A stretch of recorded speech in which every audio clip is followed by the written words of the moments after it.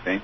And they know that the more horrific the carnage they can inflict, the greater the number of dead, of bodies, and of body parts for the foreign press to put on TV screens worldwide, the greater is going to be their media exposure. Okay? You got to know, the specific terrorists involved in actually carrying out an attack know they're going to their death. They've already made their choice, and they want passage into heaven, and they're 70 virgins. They're diabolical and totally lacking in remorse. Surprise is an essential element in each attack they carry out. And the problem is that too often, surprise is not difficult for them to achieve because the targets they attack are simply beyond our ability to conceive of as targets, even of the most barbaric of savages. Now, the organizational structure of the terrorist cell is a marvel of division of labor. These are not stupid people, okay? They have operations planners, intelligence collectors, arms and munitions procurers. They have tailors of explosive garments, bomb makers, fashion consultants, costumers, recruiters, drivers, handlers, their own communications professionals, and of course their fundraisers. A terrorist specialist is going to handle every aspect of an attack from its inception to its execution. I'll give you one or two examples. The intelligence the terrorist gatherers will collect is going to be used to select their target, the route to take to the target, and how to get the terrorist attackers and their guns and explosives to the target. It's going to tell them when to commence the attack, the day of the week and the time of that day when the target's going to be most packed with innocents. If they're going to be guards or security, the intelligence collected will give the numbers of security guards, their routes, shift change times, what specific guards are on duty, when, and how those specific guards interact with the public. Okay. Terrorist fashion consultants and costumers know the latest styles and determine, based on the location about to be attacked, what's the most appropriate dress and grooming for the attackers. And they're going to provide the clothes and the disguises the attackers will wear and prepare every aspect of their appearance for them. Okay? Many of the attackers in Israel are disguised as ultra-Orthodox Jewish males, and these individuals wear long black coat. Others are costumed in police, border police, and IDF uniforms, especially when the attack's going to be one carried out with military weapons. Okay?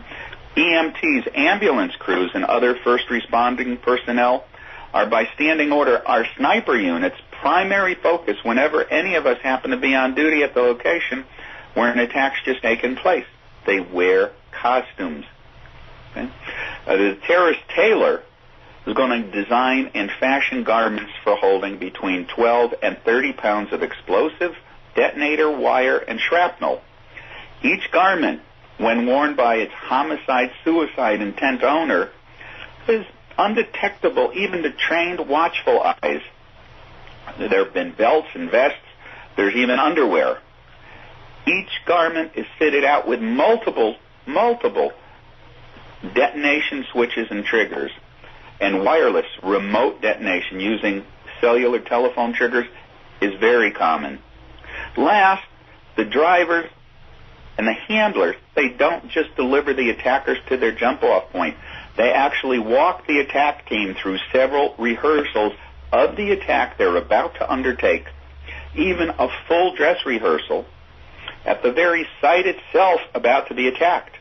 A run-through may even be designed specifically to cause interaction between the terrorists who are going to comprise the attack group and the security personnel they'll later have to defeat. Just last week, there was a picture of the three guys who blew themselves up in the underground in London the day before. They printed a picture of them showing they were doing their run-through. Incredible. Frightening. Well, what type of attacks might people expect? Expect attacks employing firearms. Expect attacks employing explosives. And expect attacks employing both. The second being used for a follow-up, a second wave type attack at the location where the first attack has taken place. Soon after rescue efforts are underway and a crowd of onlookers has gathered. Now, there are shootings that are carried out by terrorists who are on foot where the terrorists intend to escape. These attacks take place close to terrorist-friendly areas. The attacks include every tactic from firing blindly from afar in the general direction of a targeted area to standing along major highways or at major intersections and firing at traffic and pedestrians that are going by, to firing from hillsides at passing people and vehicles. And also in this category, I place sniper attacks. Next are shootings carried out where escape is optional, and this is because the attacks take place at locations often far removed from quick and assured escape. Okay? These are carried out at neighborhood bus stops, downtown, against storefront-style restaurants and reception halls, and at transportation centers, central bus stations. Okay? Lastly is the attack where escape's not even contemplated. These attacks are truly the work of homicide-suicide attackers, and they're carried out at major intersections, Main Street at high noon, anywhere a terrorist can appear with a military-style weapon and begin shooting and continue shooting simply until he or she's out of ammunition or killed. And these attackers must be treated as if they're wearing explosive garments, because they very, very well be. Okay. Shootings are also carried out from vehicles, both stationary vehicles and moving vehicles, against stationary vehicles and moving targets. There are also roadblock ambushes. These ambushes I name for the objects used to block the oncoming vehicle's path. There's the whatever's at hand roadblock, which in the States could be just felling a tree across the road. And you have stationary and moving vehicle roadblocks, where vehicles are used as the barrier to block the road. Last, we come to bombings, and bombing techniques include everything from carrying the bomb in and leaving it to later be exploded by a timer or by remote control cell phone, to some homicide-suicide bomber wearing the bomb and detonating it on his own decision. Okay. Bombs are not only concealed in packages and on people, they're concealed by the roadside. Sometimes they're buried in the road. Bombs are hidden on animals. So you have a four-legged delivery system, and they're hidden in vehicles. You've got a four-wheeled delivery system.